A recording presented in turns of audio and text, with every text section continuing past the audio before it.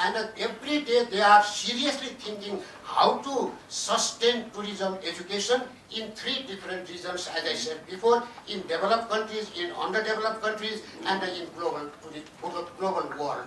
So there are many models, and Mid-Sweden University, MIUN, and then European Master in Tourism Management, all those kind of organizations have seriously thinking about the past of tourism education, present situation scenario of tourism education, and the future scenario of tourism education in the context of developing sustainable tourism development or not. In this regard, we will not only talk about the quality education, quality teaching, quality learning, because tourism and hospitality is completely based on total quality care. And this is the formula, this is the impetus for maintaining tourism education for another 30 years, for another 50 years. This is how we have designed, we will design, and we would be followed such kind of models and approaches. Sir, I've got one.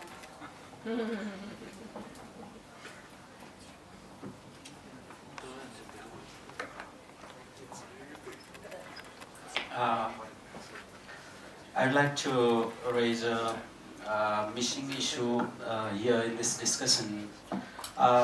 Whether we talk about academic programs regarding tourism education, awareness program, most of the discussions in researches focus on hospitality to tourists, but I see there is something missing, that we have not paid attention to service providers. The entrepreneurs, they like to draw more and more money from the tourists, and tourists like to have the best hospitality.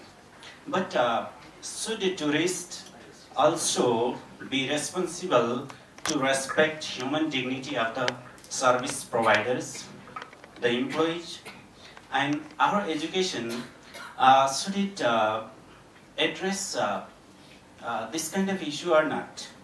This is my question. Okay, in this regard, I would like to respond from another aspect, as I had discussion in the afternoon session when we were talking about the hospitality.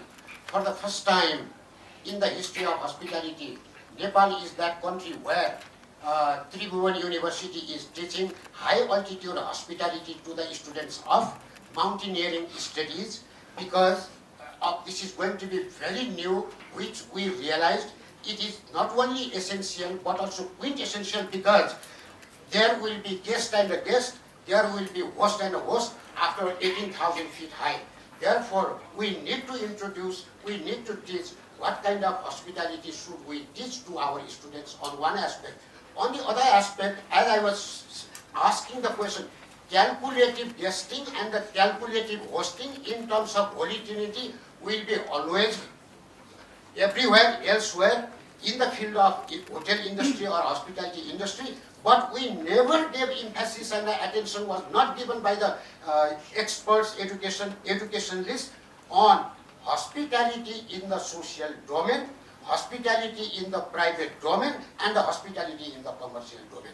If we are teaching our hospitality courses or subjects, it is only based on the hospitality in commercial domain, because hospitality is heritage, and that is the image of the country. That will be the image of the country. First and before setting their foot, if they are going to Nepal, they will ask, and this will be a latent question, what kind of hospitality they do have, hospitality in terms of behavior. Therefore, if we really want to make hospitality as a strong institution in the tourism destination, we should teach hospitality in the social domain and the hospitality in the private domain. This is not my original thought. This has already been developed in Europe, particularly a British tourism professor who developed this theory in 2008. Since then, many countries, those who studied on hospitality, they have introduced. But this year, here is Mr. Basant. I approached him to introduce hospitality theory. Because Nepal and the Nepalese people will always say, Atiti Devo Bhava. God is the great, God, the guests are the gods. The guests should be treated as gods. But how? Simply giving a slogan, our students will not understand. Until and unless we introduce, we teach to the students. This is how we have started institutionalizing hospitality in tourism and the hospitality academic forum.